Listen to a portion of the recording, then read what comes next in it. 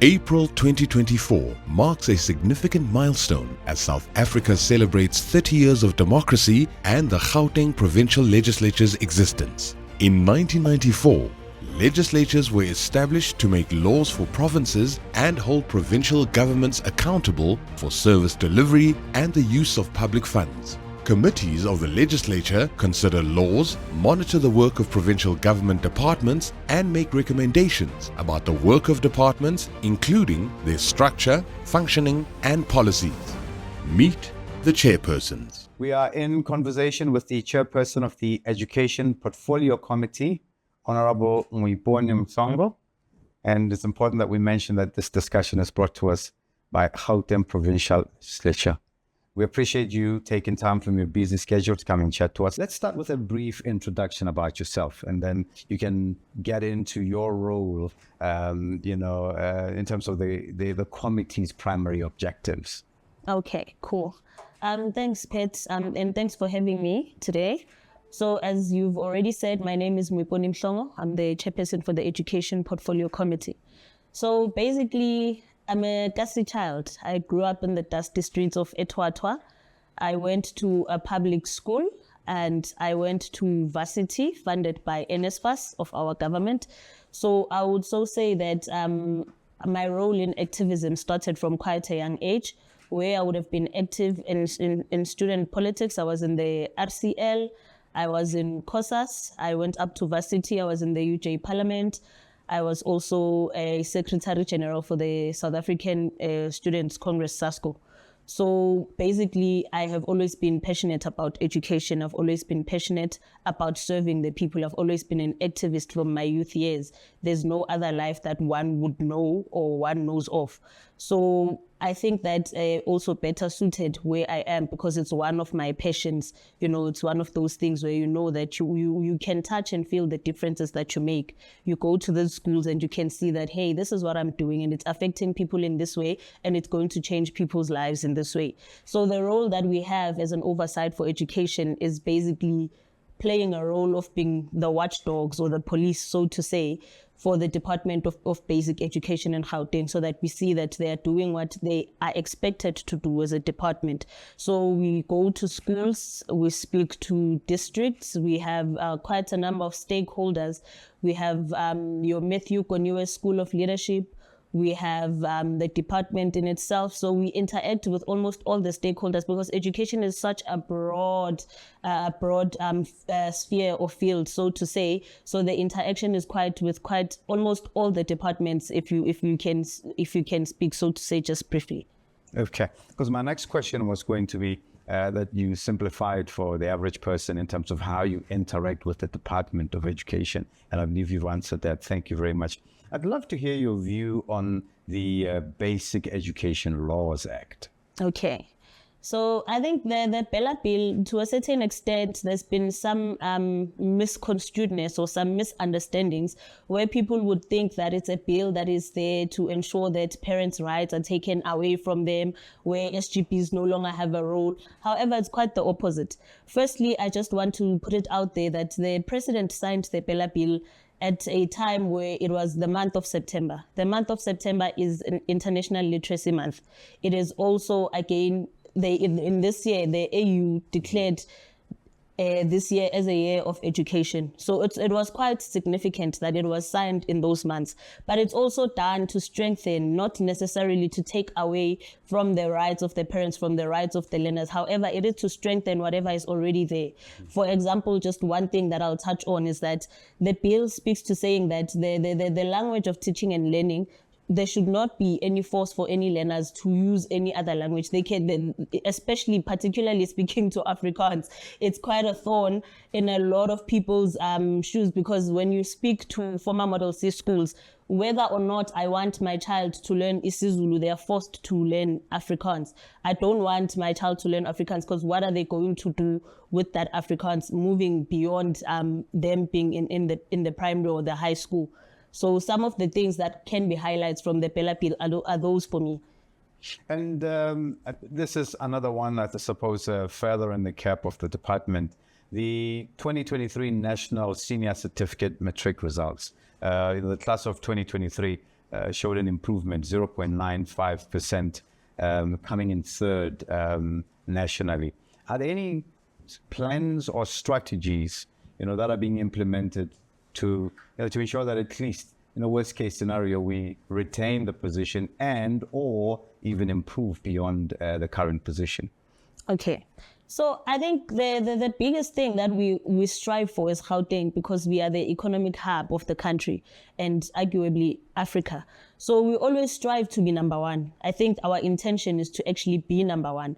However, there are things that should be noted, that there are certain challenges that you can note the in-migration from all the provinces of everyone. Everyone wants to come to Gauteng. So what does that then mean for you? It means that there's overcrowding in classes. It means that there's not enough teachers to actually take care of the crowd that is already there. However, the intention is to ensure that there should be an increase in terms of our pass rate. And I must note and also congratulate the class of 2023 for trying to push and giving us that up notch. But what is expected is that we must continue going up and up. So there is the program that is called the SIP program that is done for matriculants, where they continue to go to school even during holidays. I think it's one of the programs that is going to assist us to keep up doing the good work that we are doing, or that the Department of Education is doing here in Gauteng. Honorable Mhlongo, in terms of human resources at the department, the committee's oversight report would have indicated quite a high number of persons who are in acting positions. I'm sure this concerns you. I'd love to hear your thoughts. I mean, what's the, in terms of your understanding, what is the department intending to do to tackle this issue so that there's stability in the department? Okay. So firstly, we want all vacant posts that must be filled. They should be filled. Because you cannot have people that are continuously acting. It does not create stability within the institution. So our role as the committee is to push the department in areas where they say, hey, we have budget cuts here, we have budget cuts here, or these are the reasons why we do not necessarily have these posts filled. To say that you need to ensure that at least to a certain extent, these particular posts are filled, because you can't have a person that's going to act for 2 years, for 3 years, when you have unemployed people that are sitting out there without jobs. So it's very important for us to see that these vacant posts are filled, even vacant posts of senior managers, even in schools with the teachers where they are funded posts, all funded posts. It's actually our goal to push the department to ensure that they put the people that are supposed to be in those posts. And I went through the report, and please correct me if I'm wrong. It looks like the Department of Education and Gauteng has successfully buried any previous challenges with the online administration issue. I hope I'm right. Yeah, in fact, that is a very beautiful question to ask, because more often than not, you would hear that there have been glitches with the system, or the system has shut down. I think for the department, that has been a huge improvement, because there's literally, I would be lying to you if I can say that there were people that came to say, hey, I'm struggling to log in, I'm struggling to do this.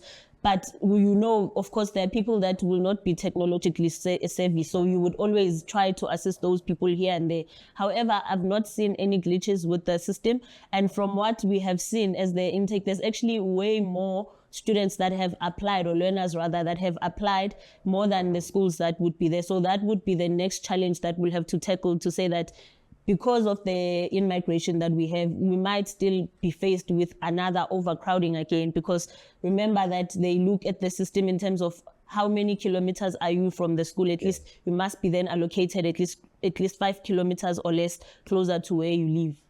And in light of the first quarter report that was presented a few days ago, 20th September, are there any significant challenges faced by the Gauteng Education Department that you would like to reflect on?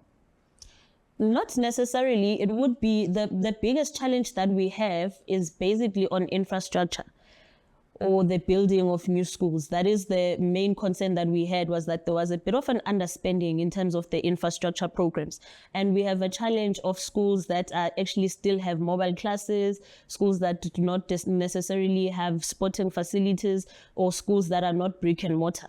So that is our biggest concern, is to say that because we also that underperformance is not necessarily caused by the Department of Education itself. It's because we are working with sister departments wherein we are the client and they are implementing agents. So it's sometimes difficult to push a different department to be able to ensure that they deliver on time. So that is our biggest concern. However, to also curb this, because we must come up with solutions, we can't sit and have complaining sessions. What we have also done is that we are partnering with the infrastructure committee, so that we are able to follow up on some of these things together, so that there at least is that type of collaboration to ensure that we hold the executive accountable.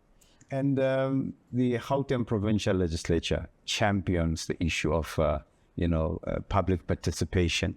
How will you encourage residents to actively engage, with the committee, in different platforms to raise issues and to make suggestions?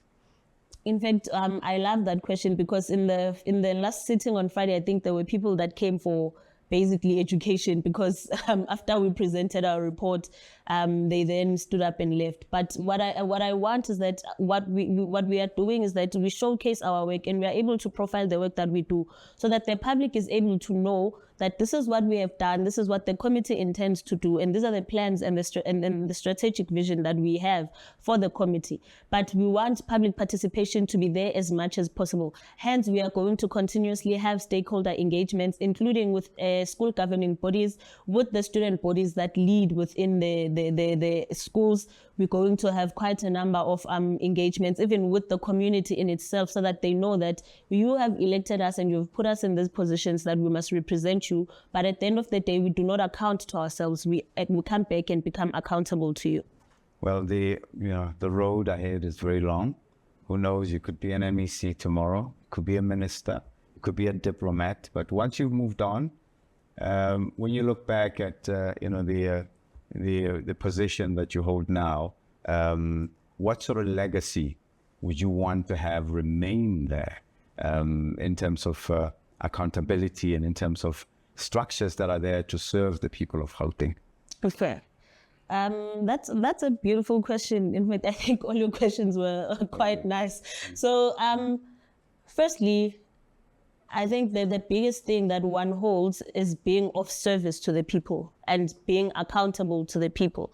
So one of the things that we would have adopted as our focus of study as a committee, because we understand that we live in the 21st century, where it's important for you to be in line with what is happening with the AI, what is happening with STEM subjects and all of those. So what we have chosen to adopt is that we must have schools of specialization being our area of focus.